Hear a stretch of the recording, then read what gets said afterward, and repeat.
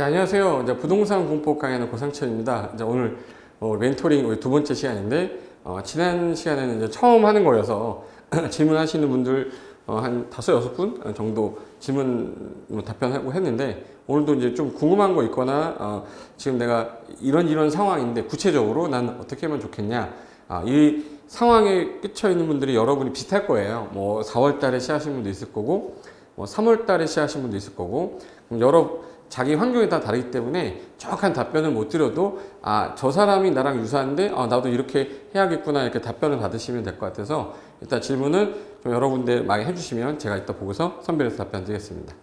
자, 그러면 이제 바로 암비호 특강 오늘 들어갈게요. 이제 첫 번째 암비호 특강을 할 건데, 이 첫 번째 주제는 이 둘 이상의 용도 지역에 걸치는 경우인데, 이 2개 이상의 토지에 걸쳤어, 내 땅이. 둘 이상의 용도지에 걸쳤을 때 어떻게 할 거냐. 이것도 예전에 5년 전에는요 매년 나오던 문제였었어요.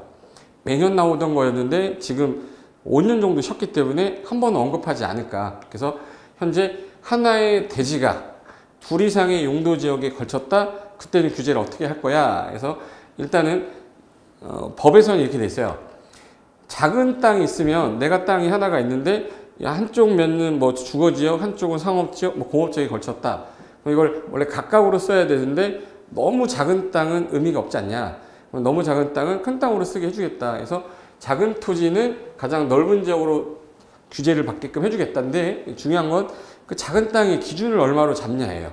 그걸 잡은 게 330제곱미터 100평 잡았어요.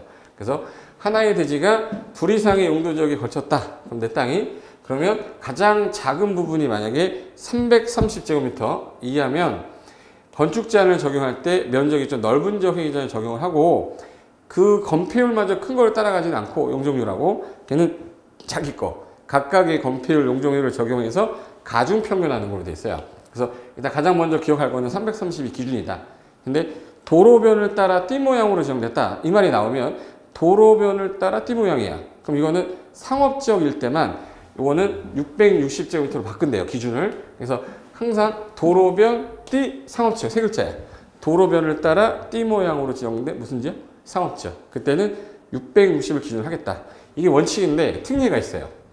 어떤 특례가 있냐면, 만약에 건축물이 고도지구 걸쳤다 그러면 재수 온파 없어요. 그냥 내가 갖고 있는 땅에 고도지구 걸쳐서 면적이고 뭐가 안 따지고 건물하고 토지 전체, 재수 온팡이라는 얘기는 완전히 없는 거예요.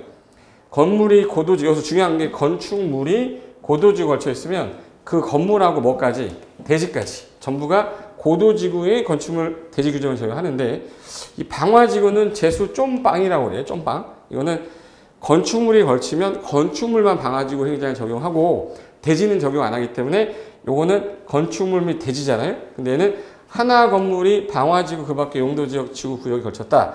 요거는 그 전부라는 거는 건축물만을 말하는 건데 대지가 살짝 내려와요. 틀렸다. 그래서 그거에 대해서는 방화지구에 대해서 건축물만 적용할 거고, 녹지는 물 따라가거나 따라오게 되면 문제가 심각해져요. 그래서 녹지는 녹지로 쓰고 나머지 써라. 그래서 얘는 각각의 행위자를 적용하는 게 가장 중요한 거예요. 그런데 법을 개정하면서 녹지 면적도 되게 작은데 각각으로 쓰기가 또 애매한 거예요. 그래서 가로에 규모가 가장 작은 게 만약에 녹지였다. 근데 그게 또 면적이 330 이하인 거예요. 그러면 요거는 제외한다는 얘기니까 그때는 큰 지역을 따라간다, 이 뜻이에요. 이해되셨죠? 그래서 요 부분만 좀 조심하시면 될 것 같아요.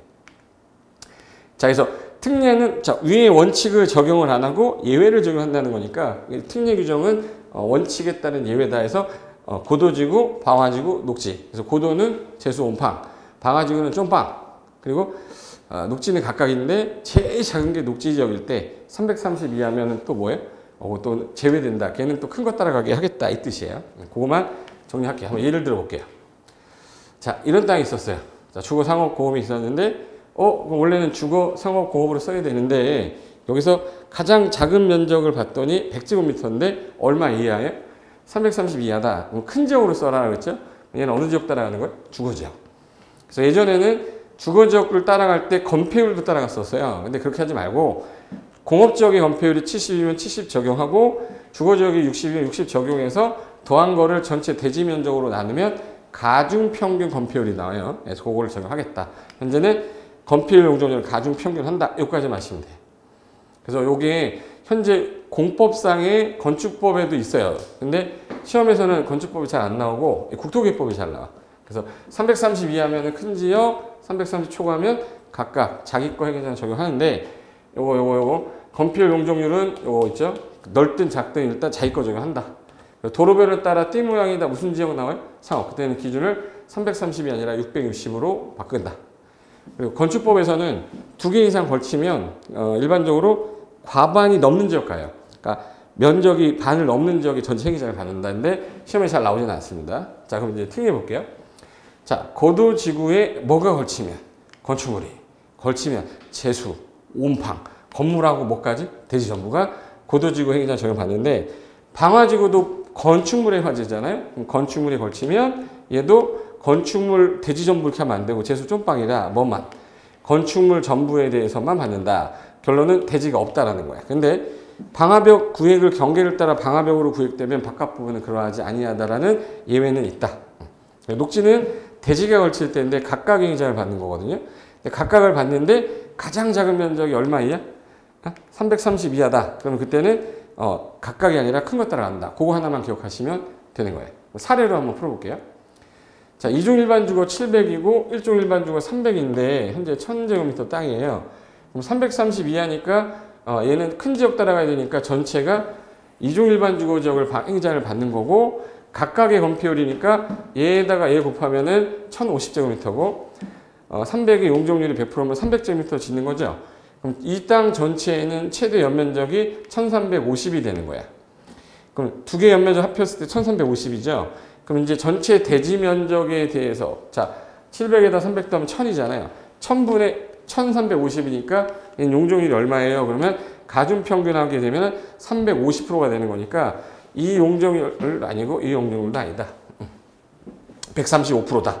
그러니까 100%도 아니고 150%도 아니고 이 땅은 2종 일반 주거로 쓰면서 용적률은 뭘 받아요? 가중 평균 한 135% 받는다. 이렇게 쓰면 돼요. 예를 들어서 또 하나. 이번에는 도로변을 따라 띠 모양인데 상업지역이다. 그럼 기준을 얼마로 잡는다고 그랬지 아까? 660. 그럼 얘 660 초과니까 주거지역. 660 이하니까 준주거니까 전체가 준주거지역 행위자를 적용하고 해당 지역의 용적률을 적용하면 얘 같은 경우는 660이 기준이었기 때문에 행위자는 모두 준주거지역을 받는다. 단 규모 제한은 각각이죠. 용적률 500에 800 더하면 58에 40이고 84, 24. 그럼 얘는 4000에다가 2400, 3200이죠. 38에 32. 그러면 7200이 전체 연면적이 되는 거예요. 그럼 이 땅에 건축할 수 있는 최대 연면적은 하면 각각의 용적률을 곱해서 연면적을 더한 게 최대 연면적은 7200이 되는 겁니다. 그래서 이거를 1200으로 나누면 가중평균 용적률이 나오는 거예요.